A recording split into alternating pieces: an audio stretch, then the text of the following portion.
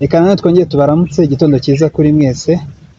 Reka twongere tubahe ikaze kuri iyi channel yacu ku ngingo ya kabiri y'icyigisho cyiza kivuga umusamariya Yesu n'umugore w'umusamariyakazi, icyigisho cya 8. Turi gufashamo na mwene data Ildefonse nk'uko yatwibwiye ubushize. Reka twongere tumuhe ikaze, ariko mbere yuko dutangira reka tubanze dusenge. Data dukunda mubyeyi wacu, barakoze cyane muri iki gitondo kubwo umwanya duhaye ngo twige ijambo ryawe. Turagusabye kuduha umwuka wera adufashe, aduhe gusobanukirwa n'icyo tubwira muri iri jambo, maze adushoboze no kurishyira mu bikorwa. Tubisabye mu izina rya Yesu, amen. Mwene data doshe yarakoze. Nk'uko tubimenyeye, uyu munsi turi ku ngingo yo kuwa kabiri ivuga amazi y'ubundi bwoko. Niyo ngingo tugiye kwiga kuri uyu munsi. Hakaba hariho ikibazo kiri kutubaza kiti: ni gute Yesu yerekeje ibitekerezo by'uwo mugore ku mpano y'agakiza? Hari isomo turi kubona muri Yohana ibice 4 umurongo w'10. Reka mwene data ridusomere. Aravuga ngo, Yesu aramusubiza ati: iyaba wari uzi impano y'Imana, ukamenya n'ugusabye amazi uwo ari we, nawe uba umusabye, nawe akaguha ku mazi y'ubugingo. Mwene data arakoze. Reka twumve mu mwuka w'ahanuzi ko hatubwira. Amazi Kristo yerekezagaho ni ihishurwa ry'ubuntu bwe mu ijambo rye, umwuka we, inyigisho ze, bikaba ari nk'isoko imara inyota buri muntu. Ayandi masoko yose bazashakiraho hazagaragara ko adahagije, ariko ijambo ry'ukuri rimeze nk'imigezi y'amazi afutse, agereranywa n'amazi y'i Lebanoni ahora amara inyota. Muri Kristo niho umunezero wuzurira by'iteka ryose. Ibihamya ku bagabura paje 390.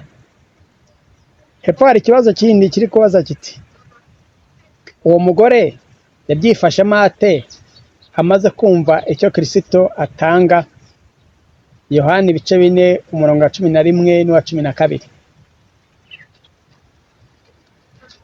Aravuga ngo, undi ati: databuja, ko udafite icyo uvomesha, n'iriba rikaba ari rirerire, none se ayo mazi y'ubugingo wayakura he? Mbese ye uruta sogokuruza Yakobo wadufukuriye iriba, kandi akaba yaranywaga amazi yaryo ubwe n'abana n'amatungo ye? Mwene data arakoze. Reka twumve mu mwuka w'ahanuzi. Ubwenge bw'uwo mugore ntibwasobanukiwe icyo Yesu yashakaga kuvuga. Yatekereje ko yavugaga iriba ryari imbere yabo. Umwuka w'ahanuzi muzi volume ya 2 page 140 Ikibazo cya gatatu kirabaza kiti: ni gute Yesu yashyize itandukaniro hagati y'ubwoko bumwe bw'amazi n'ubundi? Kandi se ni gute ubwo butumwa natwe bushobora kutuzanira imigisha? Yohana 4 umurongo wa 13 n'uwa 14, n'ibyahishuwe 22 umurongo wa 17. Yesu aramusubiza ati: umuntu wese unywa aya mazi azongera kugira inyota, ariko unywa amazi nzamuha ntazagira inyota rwose, ahubwo amazi nzamuha azamuhindukira mu isoko y'amazi idudubiza kugeza mu bugingo buhoraho. Byahishuwe 22 umurongo wa 17. Byashuwe 22 umurongo wa 17. Byashuwe 22 umurongo wa 17 baravuga ngo, umwuka n'umugeni barahamagara bati ngwino, kandi uwumva nahamagara ati ngwino, kandi ufite inyota naze, ushaka ajyana amazi y'ubugingo ku buntu. Mwene data arakoze. Reka twumve n'umwuka w'ahanuzi ko hatubwira. Tugomba kugira nyambere urukundo no gushima. Dukwiriye guhanga amaso Yesu, maze tugahindurirwa gusa nawe.